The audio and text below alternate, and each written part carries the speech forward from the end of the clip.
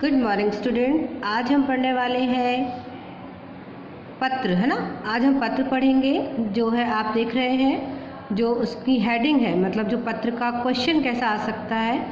अपने जन्मदिन पर आमंत्रित करने हेतु अपने मित्र को आमंत्रण पत्र लिखो। ठीक है, तो अब यहाँ पर आपको अपने फ्रेंड को, अपने मित्र को जो है वो जन्मदिन पर आमंत्रित करना है। और किसके माध्यम से? आपको फ़ोन नहीं करना है, आपको मैसेज नहीं करना है, आपको पत्र के माध्यम से आपको उसको लेटर लिखना है और उसको इनवाइट करना है अपने बर्थडे पर। कि मान लीजिए आप अपने घर पर एक छोटी सी पार्टी ऑर्गेनाइज कर रहे हैं, एक छोटी सी पार्टी रख रहे हैं और उस पर आपको अपने फ्रेंड को इनवाइट करना है जो कि आउट ऑफ सिटी रहता है, दूसरे शहर में रहता है। तो आप किस प्रकार लिखेंगे? एग्ज़ाम में इस तरह से प्रश्न आता है ना। तो आप बहुत ध्यान से देखिए और समझिए। तो सबसे पहले क्वेश्चन किस तरह का आ सकता है, तो वो आप देख रहे हैं कि क्वेश्चन किस तरह से आ सकता है। आप यहाँ पर देख रहे हैं कि अपने जन्मदिन पर आमंत्रित करने हेतु अपने मित्र को आमंत्रण पत्र लिखो। ठीक, अब आपको पहले भी समझाया है कि जो पत्र का फॉर्मेट होता है, पत्र को लिखने का तरीका अलग होता है और आवेदन पत्र को लिखने का तरीका जो होता है वो अलग होता है। ठीक है, तो यहाँ पर पत्र के फॉर्मेट को हमें फॉलो करना है। पत्र का जो फॉर्मेट होता है हमें उसके अकॉर्डिंग, उसके अनुसार ही पत्र लिखना है। तो सबसे पहले आप पत्र पर लिखेंगे पता। ठीक है, कि पता कहाँ का है, यानी आनंद नगर, आधारताल, जबलपुर, मध्य प्रदेश। आप पता लिखेंगे। फिर यहाँ पर आएगा आपका प्रिय मित्र राम। अपने आप मित्र को संबोधित करेंगे। आप यहाँ पर राम लिखा हुआ है, आपके मित्र का जो भी नाम है आप वो लिख सकते हैं। ठीक है, प्रिय मित्र राम, नमस्ते। अब यहाँ पे हम हाय, हेलो इस तरह के नए शब्दों का प्रयोग नहीं करेंगे क्योंकि हम हिंदी में लिख रहे हैं। तो हम यहाँ पर सबसे अच्छा जो शब्द है वो नमस्ते शब्द का इस्तेमाल करेंगे। फिर आगे समाचार यह है कि मैं यहाँ कुशल पूर्वक हूँ और आशा करता हूँ ईश्वर की कृपा से आप सभी भी वहाँ कुशल पूर्वक। सबसे पहले हम हालचाल पूछेंगे कि मैं यहाँ पर बिल्कुल ठीक हूँ, जो पत्र लिख रहा है मैं यहाँ पर बिल्कुल ठीक हूँ और भगवान से यही प्रे करता हूँ, भगवान से यही प्रार्थना करता हूँ कि तुम भी वहाँ पर, मतलब जो आप जिस मित्र को आप पत्र लिख रहे हो वो भी और उनका जो परिवार है वो भी क्या होगा? कुशल पूर्वक होगा, खुश होगा, स्वस्थ होगा। तो आगे समाचार यह है कि मैं यहाँ कुशल पूर्वक हूँ और आशा करता हूँ कि ईश्वर की कृपा से आप सभी भी वहाँ कुशल पूर्वक होंगे।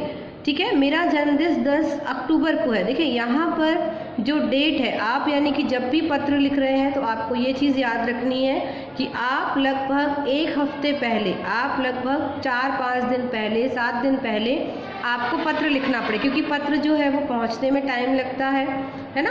तो आपको कोई भी कार्यक्रम जिसके लिए आप पत्र लिख रहे हो उसके 2-3 दिन पहले तो एटलीस्ट आपको लिखना ही पड़ेगा। तो यहाँ पर हमने 10 अक्टूबर जो है वो दिनांक लिखी हुई है, यानी अब वो पढ़ेगा, उसका आपका पत्र उनको मिलेगा, फिर वो जो है वो तैयारी करेगा, फिर वो पहुंचेगा, मतलब एक हफ्ते का टाइम चाहिए, है ना। तो यहाँ पर हमने 10 अक्टूबर लिखा है। जब भी आपको एग्ज़ाम में अगर ये पत्र लिखने को आता है तो आप ध्यान रखेंगे कि आप जिस दिन पत्र लिख रहे हैं, जिस दिन आपका एग्ज़ाम है उसके आप 10 दिन पहले की डेट वहाँ पर डालेंगे, यानी जिस दिन फिर वो पहुँच जाएगा। तो 10 अक्टूबर को है, जिसके लिए मैंने घर पर ही एक छोटा सा कार्यक्रम रखा है जिसमें सम्मिलित होने के लिए मैं तुमको आमंत्रित करता हूँ। ठीक है, जो एक छोटा सा एक मैंने घर में पार्टी रखी है। अब हम पार्टी शब्द का इस्तेमाल नहीं कर सकते क्योंकि हम हिंदी में लिख रहे हैं। हमें शब्दों का बहुत ध्यान रखना है कि शब्द किस तरह के होने चाहिए। आप हिंदी में लिख रहे हैं तो आपको बहुत ही अच्छे सुंदर शब्दों के, सुंदर हिंदी के शब्दों का प्रयोग करना है। ठीक है, तो आगे पढ़ते हैं। 10 अक्टूबर को है, जिसके लिए मैंने घर पर ही एक छोटा सा कार्यक्रम रखा है जिसमें सम्मिलित होने के लिए मैं तुम्हें आमंत्रित करता हूँ, मैं तुम्हें इनवाइट कर रहा हूँ, मैं तुम्हें आमंत्रित कर रहा हूँ कि मैं चाहता हूँ कि तुम क्या करो, तुम मेरे जन्मदिन पर आओ। तुम आओगे तो मुझे बहुत प्रसन्नता होगी, है ना। तो यहाँ पर आपको बताना है कि यदि तुम आओगे तो मुझे कैसा लगेगा? मुझे बहुत खुशी होगी, मुझे बहुत प्रसन्नता होगी। अंकल आंटी को या माता पिता को, अंकल आंटी को यहाँ पे ना लिखकर हम क्या लिख सकते हैं? माता पिता को मेरा, आपके माता पिता को मेरा प्रणाम कहना। ठीक है, तो यहाँ पर क्या शब्द आ सकता है? माता और पिता।